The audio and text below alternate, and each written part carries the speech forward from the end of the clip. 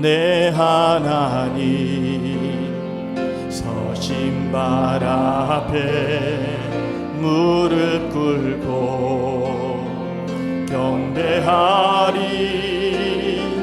큰 권능과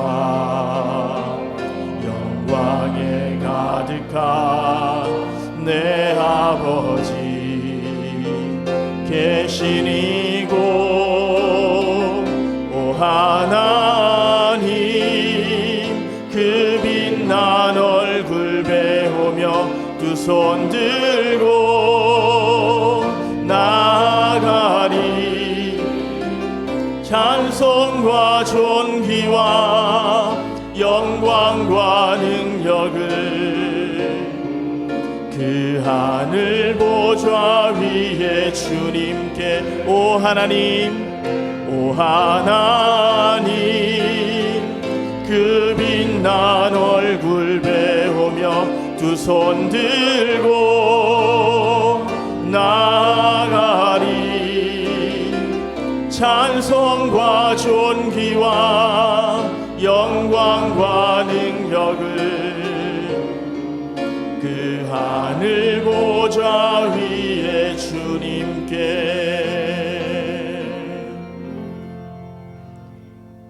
다 함께 자리에서 일어나셔서 주기도문 찬양하겠습니다.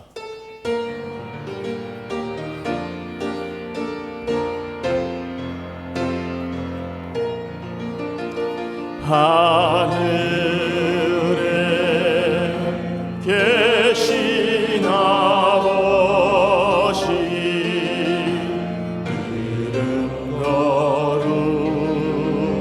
거룩하사 주님 나라 임하시고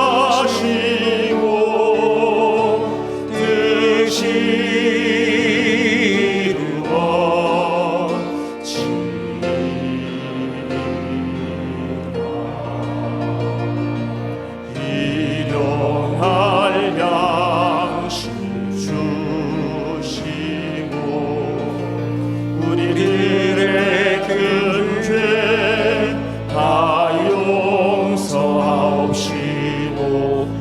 시험에 들게 마시고 악에서 구원하소서. 내게 주의 나라 주의 권세 주의 영광 영원히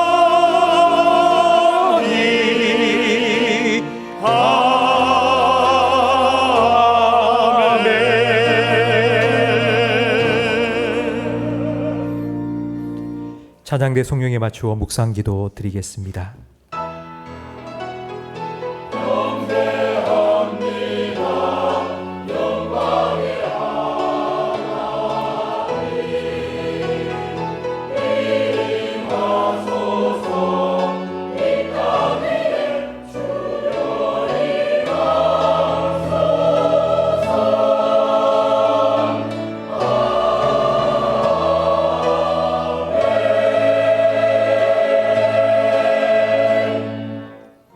할렐루야. 여호와의 이름을 찬송하라. 여호와의 종들아 찬송하라. 여호와의 집, 우리 여호와의 성전, 곧 우리 하나님의 성전 뜰에 서 있는 너희여, 여호와를 찬송하라. 여호와는 선하시며 그 이름이 아름다우니 그의 이름을 찬양하라. 아멘.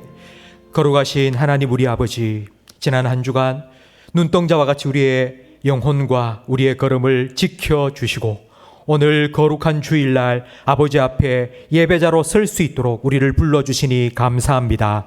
영이신 하나님 아버지께 영과 진리로 예배할 수 있도록 우리의 영혼을 하나님의 영성령으로 충만케 하여 주시옵소서.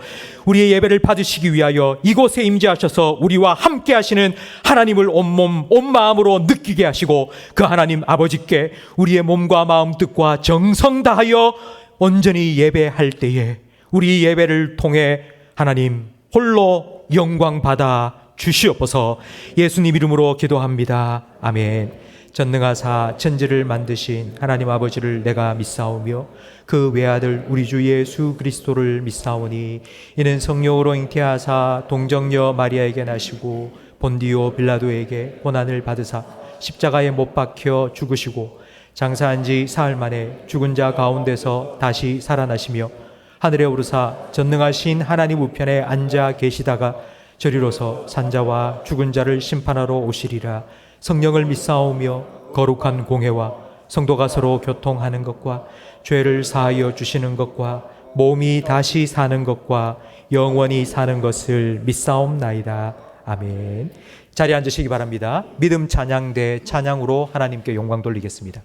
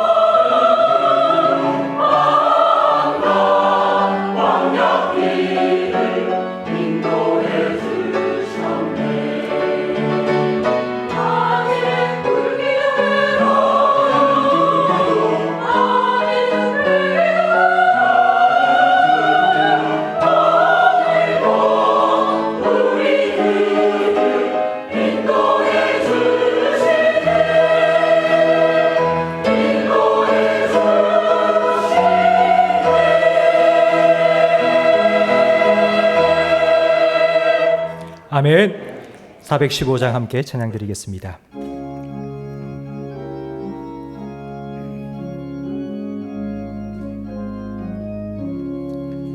십자가 그늘 아래 나 쉬기 원하네. 저 햇볕이 힘이 뜨겁고 또 짐이 무거워 이 광야 같은 세상에 늘 방황할 때에 주 십자가의 그늘에 나의 쉴 곳 찾아내. 내 눈을 밝히 떠서 저 십자가 볼 때 날 위해 고난 당하신 주 예수 보인다.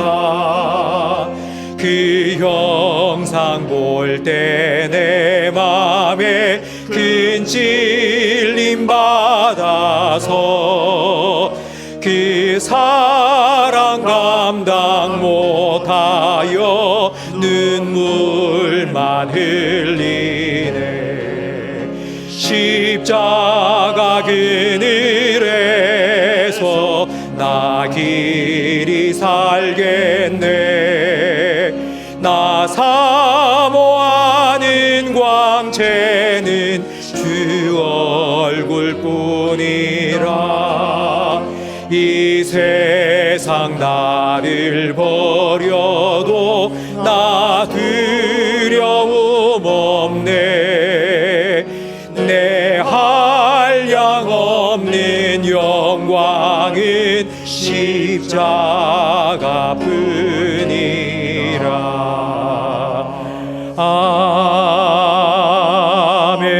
아멘. 마음을 아파야 함께 기도하실 때에 지난 한 주간 우리의 삶을 돌아보며 하나님 앞에 서기에 부끄럽고 부족한 모습이 있다면 회개의 기도를 드리겠습니다. 부족하지만 있는 모습 그대로 우리를 부르신 이유는 다시 새롭게 회복시켜 주시기 위함입니다. 하나님 말씀으로, 하나님의 은혜로 새롭게 우리를 변화시켜 주시고 하나님 백성답게 자녀답게 거듭나게 해 달라고 이 시간과 우리 자신을 위해 통성으로 기도하겠습니다. 하나님 아버지 감사합니다. 지난 한 주간 주님의 은혜로 살아오게 하심을 감사합니다. 모든 것이 은혜였다고 고백할 수밖에 없지만 우리의 삶을 돌아보면 하나님 뜻대로 살기보다 내 생각, 내 고집대로 살아왔고 하나님의 말씀의 인도함을 따라 살기보다는 세상의 유행과 풍조에 휩쓸려 살아왔던 우리의 모습이 많았음을 주님 앞에 고백하지 않을 수 없습니다. 주님께서 우리를 부르셨기 때문에 있는 모습 그대로 이 자리에 섰습니다. 주님, 그러나 예배 마치고 돌아갈 때에는 하나님 우리의 모습이 있는 모습 그대로가 아니라 변화된 모습으로 돌아가게 해 주시옵소서. 하나님 우리에게 말씀하여 주시옵소서. 일주일 동안 알게 모르게 우리 마음속에 쌓여있던 죄악의 찌꺼기들이 다 씻겨 내려갈 수 있도록 주님의 말씀을 우리 심령 속에 채워주시고 주님의 은혜를 우리 마음속에 새롭게 허락하여 주시옵소서.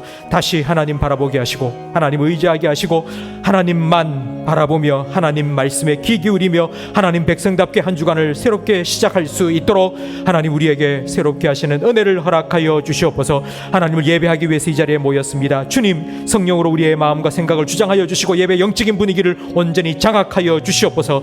우리의 마음과 생각이 하나님 허튼 곳으로 흘러가지 아니하도록 성령님께서 우리를 인도하여 하나님 임재 가운데 들어가게 하시며 우리를 위하여 준비하신 깊은 은혜 가운데 온전히 잠기게 해 주시옵소서. 예수님 이름으로 기도합니다. 아멘.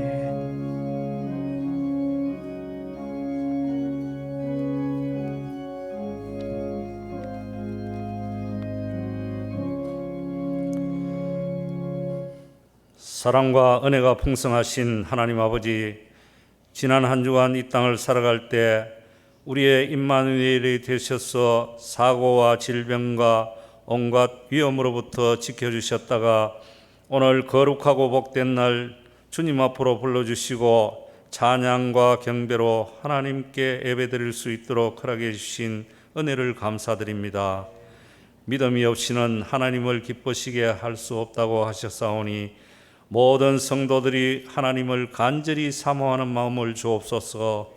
세상의 근심 걱정 힘든 짐을 지고 온 자들에게는 이 시간 주님 앞에 다 내려놓고 예배를 통해 주님이 주시는 평안과 위로를 얻게 하옵소서. 하나님 아버지, 지난 한 주간 이 땅을 살아가면서 주님 한 분으로 족하게 살아야 되는데 세상의 여러 가지 욕심과 유혹과 풍습을 따라 살아갈 때도 있었습니다. 저희들의 부족함을 용서해 주옵시고 이 시간 예배를 통해 영원한 생명이 되시고 소망이 되신 주님께 마음을 두고 살아가는 우리의 삶이 되게 하옵소서. 우리 교회 지난 상반기 6개월 동안 어려움 없이 지켜주시고 이제 하반기 여러 사역들이 시작됐는데 교육부서 성경학교와 수련회 가운데 있습니다. 교육자들과 교사들에게 성령 충만함을 주셔서 다음 세대가 하나님을 만나게 하시고 영적인 눈과 귀가 열리게 하셔서 그들로 통해 이 시대를 바꿀 수 있는 위대한 사람들로 변화시켜 주옵소서. 이론과 머리로 아는 하나님이 아니라 가슴으로 살아계신 하나님을 발견할 수 있도록 성령님 도와주옵소서. 교회 건축을 위해 뜻을 모아 기도하며 준비하오니 온 성도들이 한마음을 품게 하시고 주님께서 도와주셔서 설계로부터 시공과 준공까지 주님께서 인도하여 주옵시고 대체 예배 공간도 하나님께서 예비해 주옵소서. 우리 교회가 인간들이 원하는 화려한 교회가 아니라 하나님이 기뻐하시는 영혼을 구원하며 세상의 빛과 소금으로 지역 사회의 등대가 되게 하옵소서. 교회 담임 목사님과 모든 교육자들 성령의 능력으로 붙들어 주셔서 말씀으로 신방으로 영혼들을 잘 보살피며 푸른 초장과 실만한 물가로 인도하는 목자들이 되게 하옵소서. 우리의 선교지를 위해 기도합니다. 터키의 최요셉 선교사님 재활 치료 중에 계시는데 주님께서 우리의 기도에 응답하셔서 많이 회복되게 하심을 감사드립니다. 8월 초에 비자 문제로 들어가셔야 하는데 긴 비행시간 안전을 지켜주옵시고 그곳 사역지와 가족들을 주님께서 돌보아 주옵소서. 필리핀의 금선교사님 가정도 건강검진차 국내에 들어와 검진을 잘 받고 있음을 감사드립니다. 깨끗하게 잘 받고 충전하여서 다음 사역을 더욱 왕성하게 해나갈 수 있도록 도와주옵소서. 두고 온 사역지 외에도 주님 함께 해주옵소서. 말레이시아 임누리 선교사님도 비자 문제와 여러 가지 어려움이 있을지라도 이 시간을 통해 더욱 주님을 의지하며 하나님의 일하심을 바라보게 하옵소서. 교회에서 돕는 15분의 협력 선교사님들 사역지에도 날마다 하나님의 은혜와 인도하심이 있게 하옵소서. 하나님 아버지, 이 나라를 위해 기도드립니다. 지금 홍수로 힘든 가운데 있습니다. 많은 사람들이 인명피해가 있고 가족을 잃고 집과 재산을 잃고 시리에 빠져있는 그들에게 긍휼을 베풀어 주옵시고 정부와 온 국민이 힘을 모아 위로하며 극복할 수 있도록 주님 도와주옵소서. 정치인들이 하나님을 경외하는 마음을 주옵시고 극한 대립을 벗어나 국민과 나라의 미래를 위해 정치하게 하옵소서. 교회의 여러 가지 문제로 힘든 분들에게 주님이 힘주시고 위로해 주셔서 다시 일어나 주님 바라보게 하옵소서. 교회 구석구석 주님 사랑하는 마음으로 이름도 빛도 없이 섬기는 손길들 기억하옵시고 그들을 축복해 주옵소서. 이제 목사님 말씀을 전가하시겠사오니 하늘 문을 여시고 말씀을 통해 은혜의 담비를 부어 주옵소서. 모든 말씀 예수 그리스도의 이름으로 기도드리옵나이다. 아멘.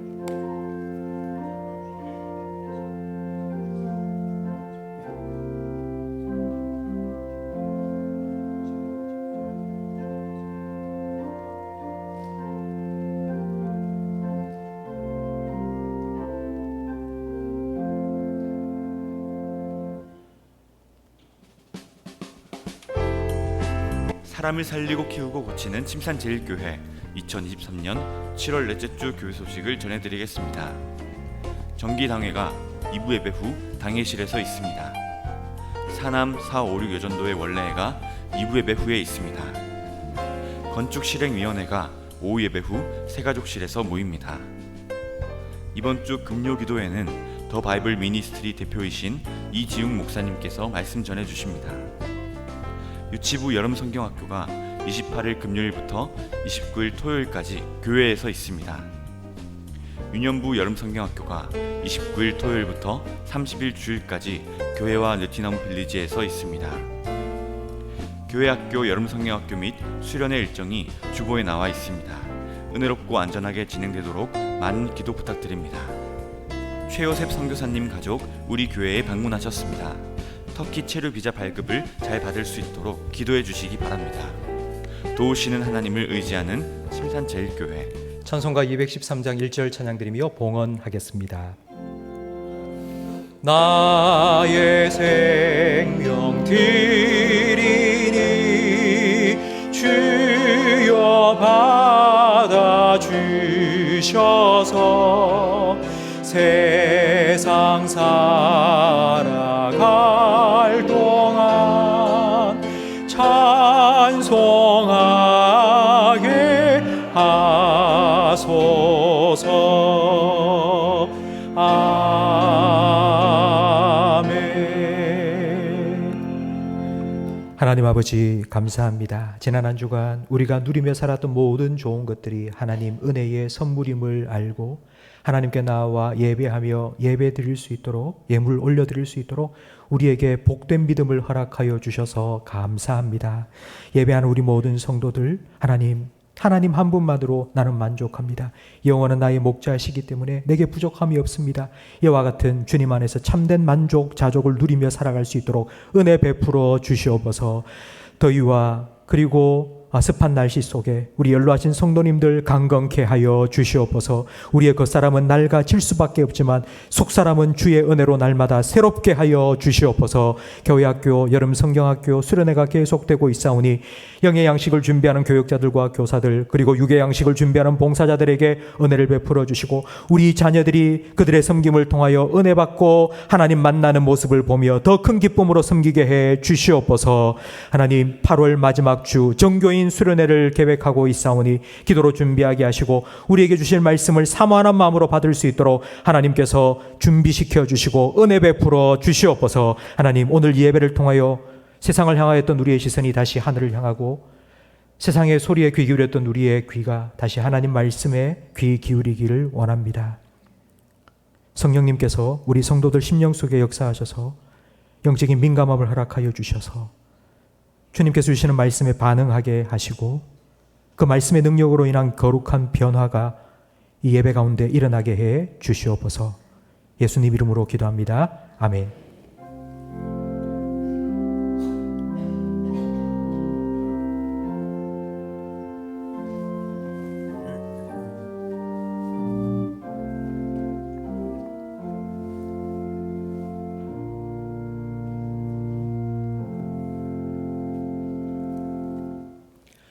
고린도전서 4장 말씀입니다. 신약 성경 266면입니다.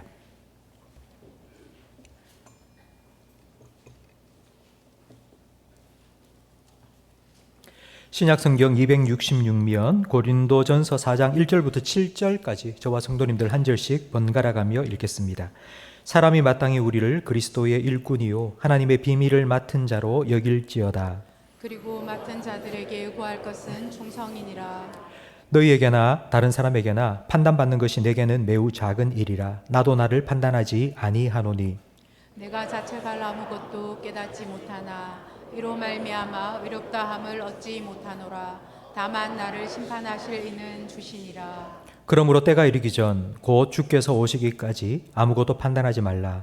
그가 어두움에 감추인 것들을 드러내고 마음의 뜻을 나타내시리니 그때에 각 사람에게 하나님으로부터 칭찬이 있으리라. 형제들아, 내가 너희를 위하여 이 일에 나와 아볼로를 들어서 본을 보였으니 이는 너희로 하여금 기록된 말씀 밖으로 넘어가지 말라 한 것을 우리에게서 배워 서로 대적하여 교만한 마음을 가지지 말게 하려 함이라. 함께 읽습니다. 누가 너를 남달리 구별하였느냐? 내게 있는 것 중에 받지 아니한 것이 무엇이냐? 내가 받았은즉 어찌하여 받지 아니한 것 같이 자랑하느냐? 아멘. 좌우에 계신 분과 인사 나누겠습니다. 잘 오셨습니다. 은혜 많이 받으세요. 제가 물을 마신 이유는 목이 좀 이렇게 칼칼해서 마셨습니다. 손을 이렇게 올리는 건 날아오는 공을 막기 위해서입니다. 사람이 어떤 행동을 하는 건 그냥 하는 게 아니라 그 목적이 있습니다. 동기가 있어서 사람은 행동합니다. 아브라함 매슬로우라는 심리학자는 사람의 행동을 연구하면서 사람을 움직이도록 행동하도록 만드는 5가지 동기를 주장했습니다. 그 5가지가 바로 욕구입니다. 사람은 자기의 채워지지 않는 욕구를 채우기 위해서 행동하고 살아간다고 주장했습니다. 그 5가지 욕구가 생리적 욕구, 안전 욕구, 사회적 욕구, 인정 욕구, 그리고 자아 실현의 욕구입니다. 생리적 욕구는 먹고 자고 하는 겁니다. 아, 피곤해. 아, 배고파. 그러면 자야 되고 먹어야 됩니다. 이 욕구를 채워야 됩니다. 그리고 안전 욕구는 집을 짓고 담을 세우는 것입니다. 안전하게 살기를 원합니다. 그리고 세 번째는 사회적 욕구입니다. 혼자 사는 것 외롭고 쓸쓸합니다. 친구도 사귀고 결혼도 합니다. 이 세 번째까지 생리, 안전, 사회적 욕구는 동물들도 다 하는 겁니다. 동물들도 짝짓고 삽니다. 굴 파고 들어가서 안전하게 살려고 합니다. 그런데 이 네 번째 욕구부터는 인간에게만 있는 욕구입니다. 인정 욕구.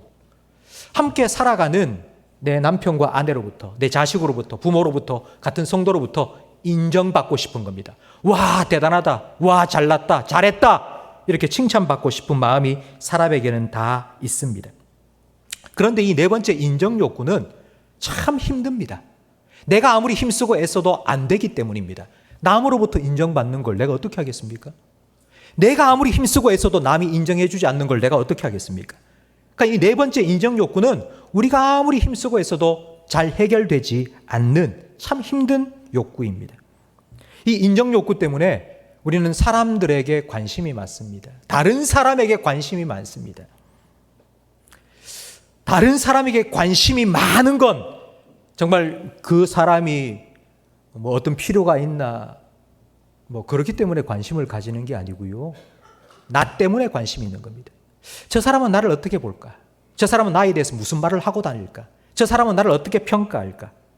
저 사람이 나를 어떻게 생각하는지가 궁금해서 그게 신경이 쓰이기 때문에 다른 사람에게 관심이 있는 겁니다. 정말 순수하게 정말 그 사람을 위해서 관심을 가진다. 이걸 사랑이라고 하죠. 그런데 우리는 그런 사랑의 마음으로 다른 사람에게 관심을 갖는 게 아니라 저 사람이 나에 대해서 뭘 수근수근 울고 다닐까? 그래서 귀를 기울이는 겁니다. 저 사람은 나를 어떻게 볼까? 그것 때문에 관심을 가집니다. 바로 이런 인정 욕구 때문에 고린도 교회 성도들 사이에 싸움이 일어났습니다. 고린도전서 1장 11절 말씀을 화면을 보면서 함께 읽어보겠습니다. 너희에 대한 말이 내게 들리니 곧 너희 가운데 분쟁이 있다는 것이라. 내가 이것을 말하거니와 너희가 각각 이르되 나는 바울에게, 나는 아볼로에게, 나는 게바에게, 나는 그리스도에게 속한 자라 한다는 것이니. 바울, 아볼로, 게바. 게바는 베드로입니다. 이 세 사람은 고린도 교회의 위대한 지도자들이었습니다. 바울은 고린도 교회를 개척했고요. 아볼로는 그 후에 목회했고요. 베드로는 한 번씩 와서 부흥회를 인도해서 많은 은혜를 성도들에게 끼쳤습니다. 이런 위대한 하나님의 사람들과의 만남과 교제는 성도들에게 큰 특권이고 은혜였죠. 그럼 성도들은 그 특권을 누리면서 감사해야 되고 행복해야 하는데 그들은 이것 때문에 서로 싸웠습니다. 나는 바울에게 세례를 받았는데 넌 누구한테 받았어? 나는 아볼로한테 제자 훈련 받았는데 넌 누구한테 받았어? 나는 베드로 만나서 같이 식사도 하고 교제도 많이 했어. 넌 누구하고 했어? 서로 자기가 섬겼던, 자기에게 세례를 주고 훈련을 시켜준 그 사람이 위대한 하나님의 사람이라고. 그래서 그 사람에게 세례를 받은 내가 너보다 더 특별한 사람이라고. 인정받고 싶은 겁니다. 제가 이 설명드린 고린도 교회의 사정을 생각하면 오늘 7절 말씀, 본문 7절 말씀이 확 이해가 됩니다. 여러분, 제가 설명한 걸 잘 생각하시면서 이 7절 말씀을 다시 같이 읽어보겠습니다. 누가 너를 남달리 구별하였느냐? 내게 있는 것 중에 받지 아니한 것이 무엇이냐? 내가 받았은즉 어찌하여 받지 아니한 것 같이 자랑하느냐? 네가 그렇게 자랑하고 있는 거, 내가 누구한테 세례 받았다, 내가 누구한테 훈련 받았다, 내가 누구한테 은혜 받았다, 그거 원래 네 거 아니잖아. 네가 받은 거잖아. 그래서 네가 특별하다고? 네가 특별한 게 뭔데? 네가 다 받아놓고는 그것 받았다고 내가 특별하니, 내가 그래서 인정받아야 돼, 내가 높아져야 되느니, 그런 소리 하지 말라는 겁니다. 자랑하지 말라는 겁니다. 그러면서 바울은 6절 말씀에 자신과 아볼로, 그러니까 고린도 교회 성도들은 나는 바울이 더 뛰어나다고 생각한다, 나는 아볼로가 더 훌륭한 지도자라고 생각한다, 막 싸우는데요. 바울은 자신과 아볼로의 예를 들어서 이 문제를 설명을 해주고 있습니다. 그 예가 무엇인지 고린도전서 3장 5절 말씀 함께 읽어보겠습니다. 그런즉 아볼로는 무엇이며 바울은 무엇이냐? 그들은 주께서 각각 주신 대로 너희로 하여금 믿게 한 사역자들이니라. 나는 심었고 아볼로는 물을 주었으되 오직 하나님께서 자라나게 하셨나니 그런즉 심는 이나 물 주는 이는 아무것도 아니로되 오직 자라게 하시는 이는 하나님뿐이니라. 아멘. 바울이 잘났냐 아볼로가 잘났냐? 그래서 그 바울 밑에서 세례를 받은 내가 더 훌륭하다, 아볼로 밑에서 제자 훈련 받은 내가 더 뛰어나다라고 서로 싸우고 있는 고린도 교회 성도들한테 바울은 이렇게 말하는 겁니다. 나도 아무것도 아니고 아볼로도 아무것도 아니라고. 이래 싸움이 일어나면 바울이 이렇게 해야 되지 않겠습니까? 내가 아볼로보다 더 대단해. 내가 한 일 생각해봐. 내가 개척했어. 내가 이것도 했어. 내가 저것도 했어. 내가 아볼로보다 더 뛰어나. 이렇게 얘기해야 되지 않겠습니까? 근데 바울은 나도 아볼로도 아무것도 아니라고.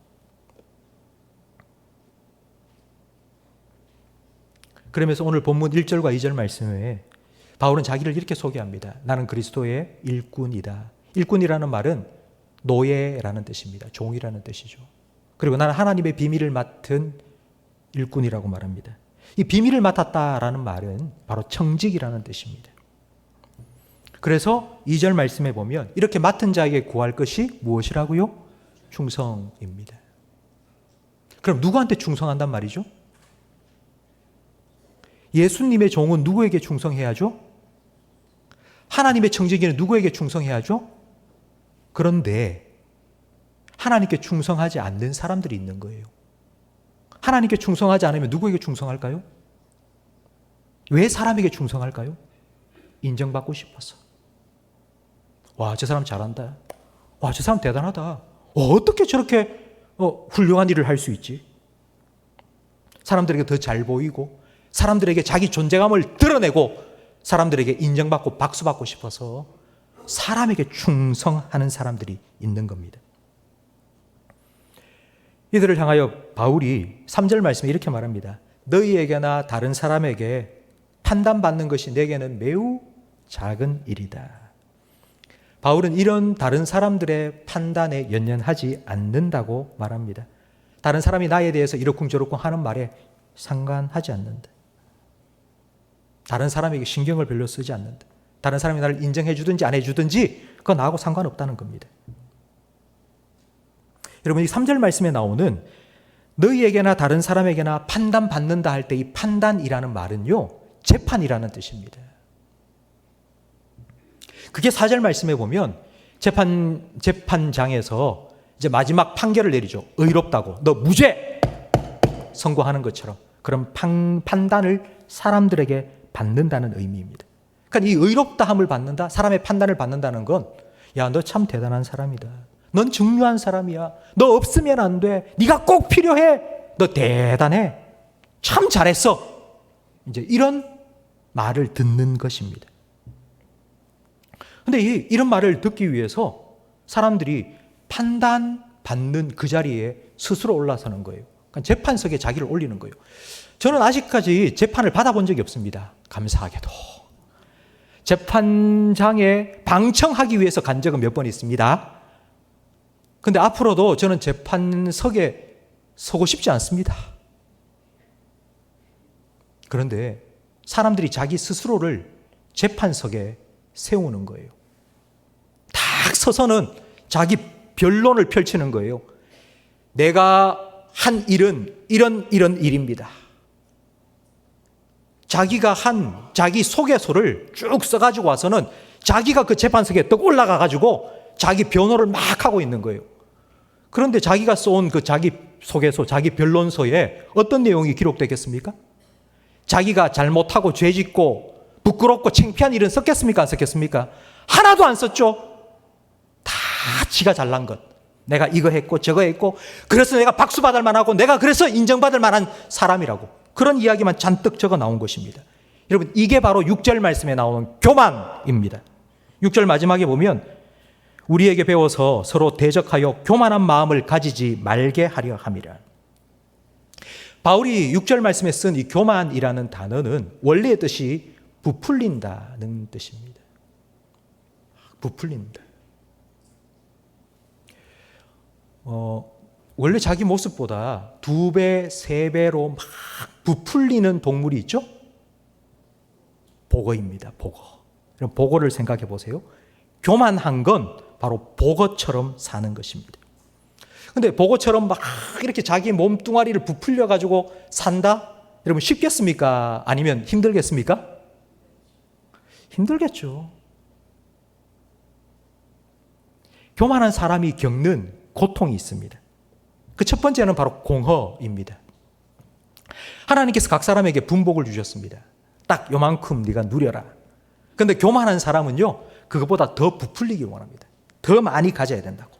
하나님이 주신 자리보다 더 높이 올라가려고 애씁니다. 하나님 주신 것보다 더 많이 가지고 더 높이 올라가려고 애쓰고 애쓰는데, 그런데 거기에 기쁨이 없는 거예요. 우리가 자녀 대학 입학시키기 위해서 자소서를 쓰죠. 근데 그 자소서에 한 줄 더 넣기 위해서 이런 말을 합니다. 야, 너 나가서 봉사해, 봉사활동해. 야, 너 학교에서 하는 밴드부 들어. 엄마, 나 악기 잘 못하잖아요. 나 음악 싫어하는 거 알잖아요. 그래도 해. 그래야지 나중에 자소서에 한 줄 써. 그러면 대학 입학에 유리해. 자소서 한 줄 더 쓴다는 말은 자기를 부풀린다는 뜻이에요. 하기도 싫고 나한테 안 맞는 건데 시키는 거예요. 그러면 거기에 기쁨이 있겠습니까? 공허한 거예요. 뭔가 많이 하는데 자기는 점점 텅텅 비어가는 거예요. 그러면서 두 번째로 찾아오는 힘듦이 바로 고통입니다. 이렇게 힘들고 애쓰며 살아가는데 사람들이 알아주지 않는 거예요. 주변에 있는 사람이 와, 너 잘했다, 너 대단하다, 너 진짜 훌륭하다, 이런 말을 한마디 해줘야 되는데 지금쯤. 근데 그런 말을 안 해주는 거예요. 그런 말을 안 해주니까 내가 너무 힘든 거예요. 그런 말을 하든 안 하든 자기는 잘 해왔어요. 정말 열심히 살아왔고 최선을 다해 살아왔고 하나님께서 주신 사명을 감당하며 살아왔어요. 그런데 잘했다는 말을 듣지 않으니까 내가 잘못 살았나, 내가 헛살았나, 내 인생이 왜 이런가, 이런 생각을 하는 거예요. 우리 부모님들 자녀들한테 그런 말을 한마디 못 들었다고, 아버지 정말로 아버지가 너무 존경스러워요, 그런 말을 자녀가 한 번도 안 했다고, 나 헛살았나, 내가 우리 자녀를 잘못 키웠나. 여러분, 이 생각하지 마세요. 너무 쉽게 고통받고 상처받는 거예요. 너무 쉽게 섭섭해하고 상처를 받고 살아갑니다. 그리고 세 번째는 더 열심히 분주하게 삽니다. 내가 인정받기 위해서 열심히 사는 건 이미 앞에서 말씀드렸고요. 이렇게 고통받으면서 내가 더 열심히 사는 건 어떤 거냐면, 그냥 내가 열심히 사는 게 아니고 내가 이 사람보다 더 낫다는 것을 증명하기 위해서 더 열심히 합니다. 이걸 비교라고 하죠. 비교한다는 말은 다른 말로 하면 경쟁하는 것입니다. 내가 열심히 하고 내가 잘했다라는 말을 듣는 게 아니라 내가 이 사람보다 낫다는 말을 듣기 위해서 애씁니다. C.S. 루이스가 쓴 기독교의 기본 진리에 보면 교만은 본질적으로 경쟁적이다라고 말했습니다. 이게 무슨 뜻이냐면요, 어떤 사람이 돈을 많이 가지고 있어요. 돈이 많기 때문에 그 사람이 교만한 건가? 아니요, 그렇지 않습니다. 그 사람이 돈이 많다고 교만한 게 아니라 돈이 많은 그 사람 옆에 돈이 없는 사람이 있기 때문에 교만한 겁니다. 어떤 사람이 인물이 잘 났기 때문에 교만한 게 아니고 그 사람 옆에 못생긴 사람이 있기 때문에 교만한 마음이 생기는 겁니다. 만약 똑같이 잘생겼고 똑같이 돈이 많다? 그러면 아무도 교만하지 않습니다. 한 여자가 남자를 사랑한 거예요. 막 쫓아다니면서 나하고 사귀어달라고. 근데 남자는 자기 스타일이 아니에요. 그래서 막 자꾸 찼어요, 이렇게. 그런데 그 남자의 친구가 그 여자를 좋아하는 거예요. 그러면 그 여자를 내 스타일이 아니야 라고 했던 그 남자의 마음에 어떤 마음이 들겠습니까? 어라? 내 친구한테 줄 수는 없지. 이게 교만이에요. 여러분, 교만은 파괴적이에요. 돈의 경우를 생각해 보십시오. 열심히 일해서 돈을 많이 벌었어요. 그래서 연봉이 1억까지 올랐습니다. 1억 받으면 충분히 생활하고 누리고 즐기며 살 수 있어요. 그런데 더 받기를 원해요. 2억이 되고 3억이 되고 4억이 되기를 원해요. 왜냐? 그게 부족하기 때문은 아니에요. 그런데도 불구하고 더 열심히 일해서 더 많은 돈을 받고 그렇게 회사 생활을 하고 싶은 이유는 한 가지예요. 내가 이 사람보다 더 많이 벌어야 되기 때문에. 회사에서 월급을 올려주는데 모든 직원들에게 똑같이 올려주잖아요. 그러면 싫어합니다. 똑같이 올려주면 싫어합니다. 이 사람보다 이 사람한테 단 1,000원이라도 더 올려줘야지. 기분이 정말 좋은 거예요. 내가 이 사람보다 1,000원 더 받았다고. 이게 교만이에요. 교만. 우리는 계속하여서 남들보다 내가 더 뛰어난 사람이라는 것을 증명하기 위해서 그렇게 애쓰고 힘쓰며 살아가고 있습니다. 늘 분주합니다. 늘 바쁩니다. 그래서 정작 자기 자신을 돌아볼 시간이 없어요. 계속 부풀리고 있는데, 계속 부풀리는데 속은 텅 비어, 텅텅 비어가고 있는 거예요. 그럼 제가 교만은 보거가 같다고 했죠? 보거가 자기 몸을 막 부풀린 채로 계속 살 수가 없어요. 그럼 언제 보거가 슉 하고 쪼그라들까요? 아무도 없을 때. 아무도 없을 때. 사람들 앞에서는 이렇게 자기를 부풀려가지고 내가 이렇게 사는데 하고 자랑하다가 아무도 없을 때 쪼그라들고 나면요, 자기 자신이 너무 비참한 거예요. 내가 뭐지 이거?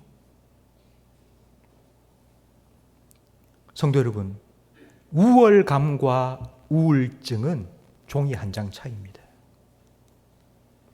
막 사람들 앞에서 막 자랑하고 내가 이런 사람이라고 막 떠드는 사람들 있잖아요. 혼자 집에 가가지고는 그냥 막 끙끙 앓습니다. 연예인들이 이런 사람이 참 많습니다. 연예인들은 사람의 인기를 먹고 살죠. 사람들이 박수 쳐주는 것, 그것 때문에 막 앞에서 막 그렇게 춤추고 노래 부르고 그렇게 사는 거예요. 근데 한 개그맨이 이런 말을 했습니다. 나 사실 공황장애라고. 내가 사람들 앞에서 사람들을 그렇게 웃기며 내가 살지만 사실 나는 내 마음속에는 웃음이 없었다고. 어떻게 하면 새로운 걸 만들어서 어떻게 사람을 웃길까? 그게 너무 스트레스를 받아서 내가 사람 앞에 서는 게 두려웠다. 내가 이 공황장애가 너무 심할 때는 내가 거울을 보기 싫었다고. 내가 내 얼굴 보는 게 두려웠다는 거예요.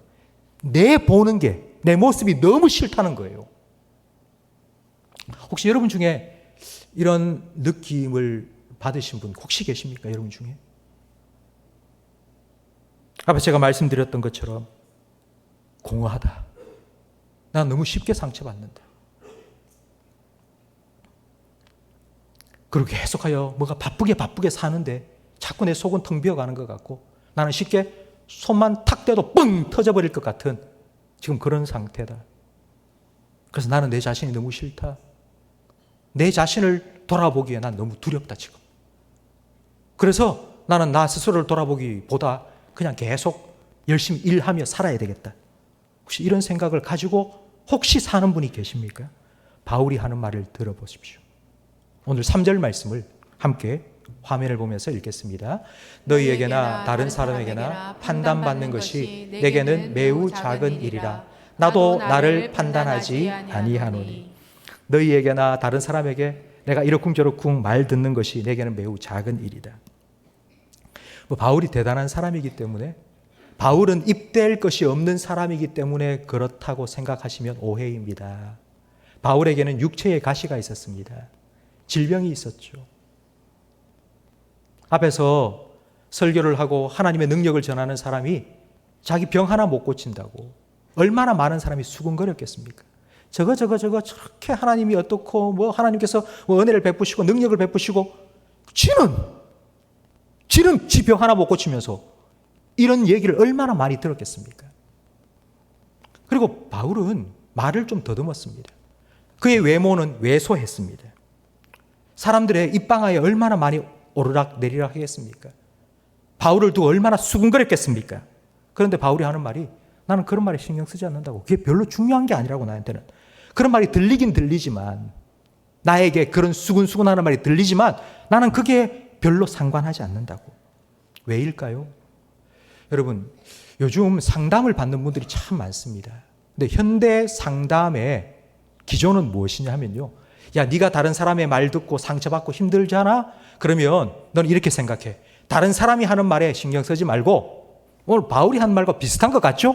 그러면서 하는 말이 요즘 현대 상담은 너 자신을 존중히 여겨. 너는 소중한 사람이야. 너는 귀한 사람이야. 너 자신을 사랑해. 이렇게 말합니다. 그럼 과연 이게 해답이 될까요? 이게 해결책이 될까요? 내가 내 자신을 귀하게 여겨라? 그런데 다른 사람보다 자기 자신을 누가 더 잘합니까? 자기 아닙니까? 내가 아무리 나를 사랑하려고 하고 내가 아무리 나를 존중히 여기려고 해도 내가 생각해도 내가 아닌데. 이건 자기 기만이에요. 현대 심리학에서 너 자신을 사랑해라, 자존감을 높여라 이렇게 말하는 건 자기 기만일 뿐입니다. 오늘 바울은 그렇게 말하지 않습니다. 3절 마지막에 보니 바울은 이렇게 말합니다. 나도 나를 판단하지 않노라. 나는 안 돼.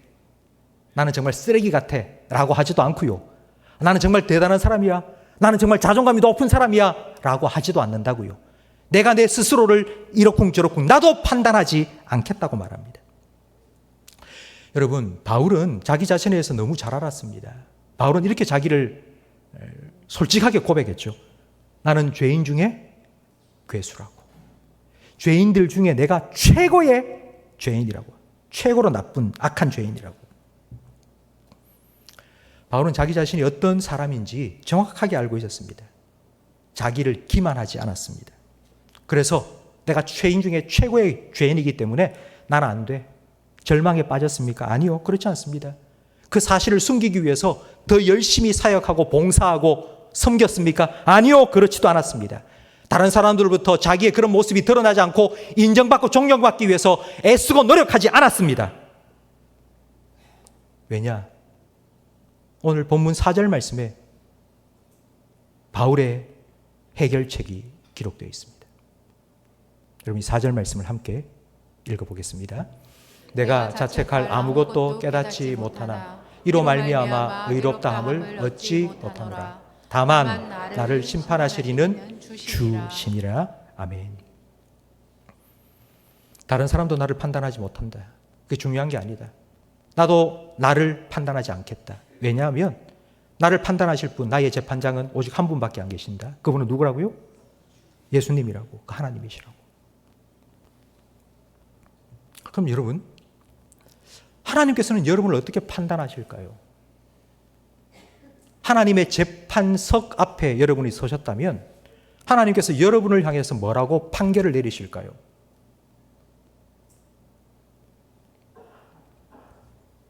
내가 어떻게 살아왔는지 하나님 앞에 서서 내가 판결을 받는다. 아마 여기 계신 성도님 중에는 두려운 마음이 참 많이 생기실 것 같아요. 내가 요즘 기도도 잘 못하고, 내가 요즘 봉사도 잘 못하고, 내가 요즘 몸이 많이 아파서, 내가 예배 참석도 못하는 날도 많고, 그래서 내가 과연 하나님 앞에 인정받을까? 하나님 구원받을까? 나 이래 살다가 정말 천국 갈 수 있을까? 과연 하나님이 나를 합격이라고 해줄까? 혹시 여러분 이런 생각을 하고 계시진 않습니까? 우리는 이미 하나님 앞에서 의롭다함을 받았습니다. 우리의 재판은 이미 끝났습니다. 성도 여러분, 하나님께서 여러분을 재판한 그 재판은 이미 끝났습니다. 로마서 8장 1절 말씀에 보면 그러므로 이제 그리스도 예수 안에 있는 자에게는 결코 뭐가 없다고요? 재판 끝났어요, 여러분. 이미 끝났다고요. 언제 재판이 끝났느냐? 바로 예수 그리스도의 십자가 위에서요. 구약의 이스라엘 백성은 자기가 죄를 지었을 때 양을 제사로 드렸습니다. 제사로 드리기 전, 제물로 드리기 전 자기가 그 양의 머리에 손을 얹습니다. 내 죄가 이 양에게 전가된다는 의미로 안수했습니다. 십자가에서 이와 같은 전가가 일어난 거예요. 내가 한 행위, 그 행위로 인하여 내가 판단받고 비난받고 정죄받고 심판받아야 할 내 모든 행위를 예수님께서 전가 받으시고 십자가에 죽으신 거예요. 그 순간 우리에게 교환이 일어난 거예요. 내가 받아야 할 판결문을 예수님께서 받으셨고 예수님께서 받으신 하나님의 판단을 내가 받게 된 거예요. 예수님께서는 이런 판단을 받으셨죠. 하나님께 이는 내 사랑하는 아들이요 내 기뻐하는 자라. 바로 십자가에서 이와 같은 교환이 일어난 것입니다. 그래서 우리는 더 이상 정죄받지 않아요. 우리가 힘쓰고 애써야지만이 하나님께 인정받고 의롭다함을 받고 구원받고 천국 가고 은혜 받고 복 받고 사는 것이 아니라 하나님께서는 여러분 자체로 내 사랑하는 아들과 딸이라고 이미 인정해 주셨습니다. 이것이 복음입니다. 우리는 너무 많이 들어서 알고 있어요, 이걸. 그런데 여러분, 그 복음을 여러분은 삶 속에 누리며 살고 계십니까? 여전히 애쓰고 힘쓰며 살고 있지 않습니까? 인정받기 위해서. 내가 이렇게 열심히 살아야지 내가 뭔가 된 것 같은 그런 느낌을 받기 위해서 그렇게 애쓰며 살고 계신 혹시 않습니까? 예수님께서 받으신 그 하나님의 평가, 너는 내 사랑하는 아들이요 내 기뻐하는 자라. 십자가 위에서 그 판결문을 우리가 받았습니다. 여러분, 이걸 십자가 앞에서 날마다 재확인하시고 하나님께서 여러분에게 들려주신 그 하나님의 판결문을 여러분 날마다 십자가 앞에서 듣고 또 듣고 확인하고 또 확인하고 살아가시기를 축원합니다. 전도서 9장 7절 말씀을 우리 함께 읽어보겠습니다. 너는 가서 기쁨으로 내 음식물을 먹고 즐거운 마음으로 내 포도주를 마실지어다. 이는 하나님이 내가 하는 일들을 벌써 기쁘게 받으셨음이니라. 아멘. 우리가 이 복음을 믿고 복음을 누리며 살아간다는 건 바로 이것입니다. 기쁘게 살라고, 자유를 누리며 살라고. 내가 이걸 하면 하나님이 혹시 나를 미워하지 않을까? 그래서 나를 버리지 않을까? 그렇게 전전긍긍하며 살지 말라고. 하나님께서 내가 뭘 하든지 이미 벌써 기쁘게 받으셨다고. 왜냐하면 여러분이 하나님의 아들, 딸이기 때문에.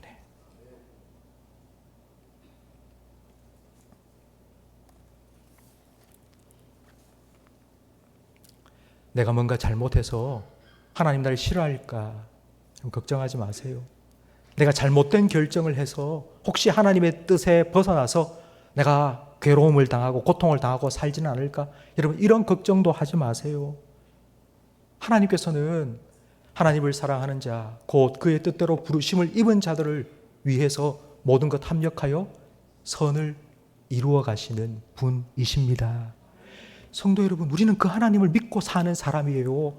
이게 복음 안에서 우리가 기쁨으로 살 수 있는 이유예요. 이걸 우리가 누리며 살아가기를 하나님 원하십니다. 그래서 예수님께서는 요한복음 8장 32절에 이렇게 말씀하셨습니다. 진리를 알지니 진리가 너희를 자유롭게 하리라. 복음을 알고 있는데, 십자가 알고 있는데, 예수님을 믿고 사는데, 그런데도 우리에겐 자유가 없는 거예요. 늘 다른 사람의 시선에 매여 사는 거예요. 내가 어떻게 하면 인정받을까? 내가 어떻게 하면 내 존재감을 드러낼까? 계속하여서 다른 사람에게 관심 가지는 게 아니라 나 자신에게 관심을 가지고 내가 좀 돋보이고 다른 사람보다 좀 더 나은 사람처럼 보이기 위해서 그렇게 애쓰며 사는 거예요. 그걸 인정받지 못하면 너무 괴로워하는 거예요. 너무 힘들어하고 상처받고.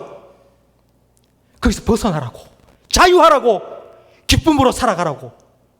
하나님께서 우리에게 맡기신 그 자리에서 하나님을 향하여서 충성하라고, 하나님을 향하여 신실하라고, 사람들에게 매여 살지 말고.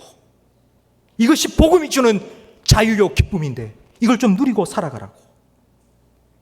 이것이 바로 복음에 합당한 삶을 사는 것입니다. 성도 여러분,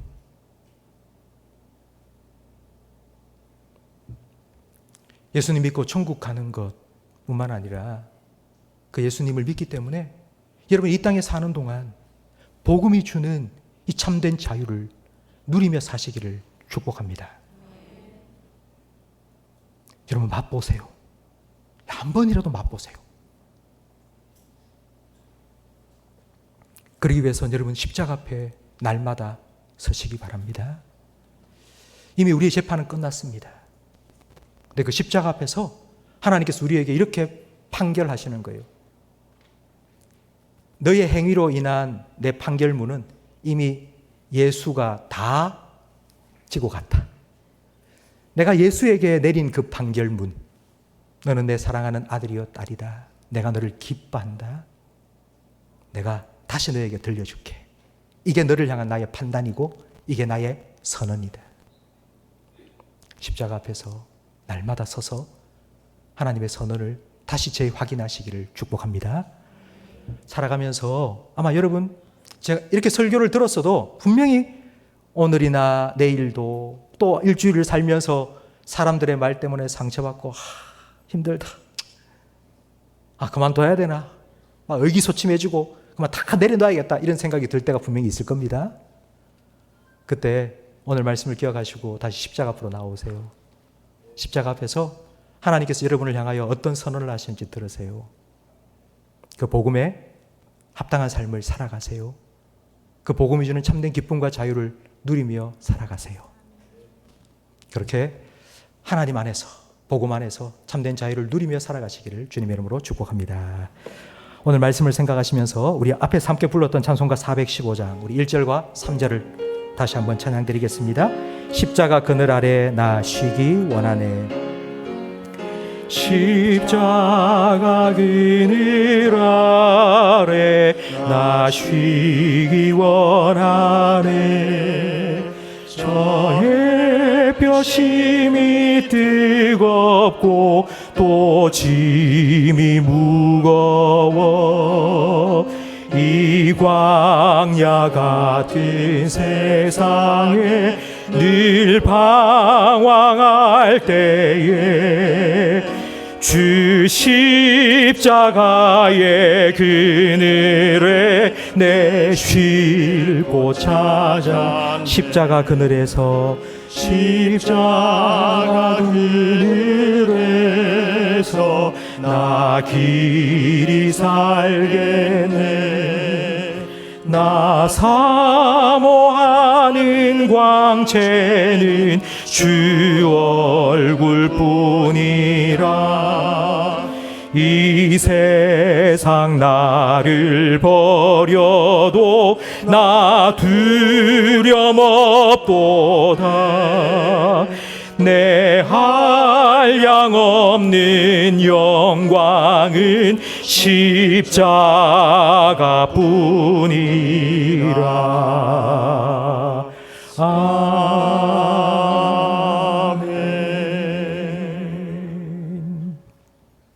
하나님 아버지,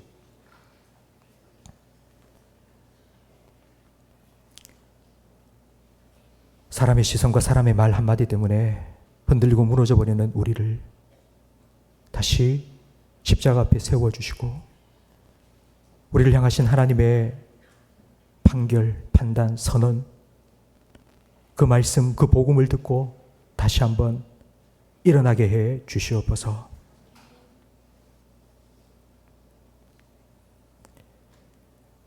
하나님께서 우리를 기쁘게 받으셨다 하셨사오니 우리를 잠잠히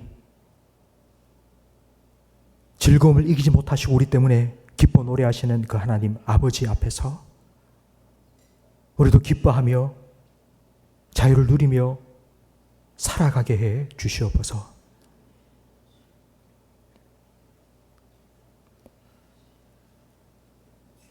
우리 성도들에게 주신 이 복음의 놀라운 능력과 은혜를 우리 성도들의 삶 가운데 날마다 누리며 살아가게 해 주시옵소서.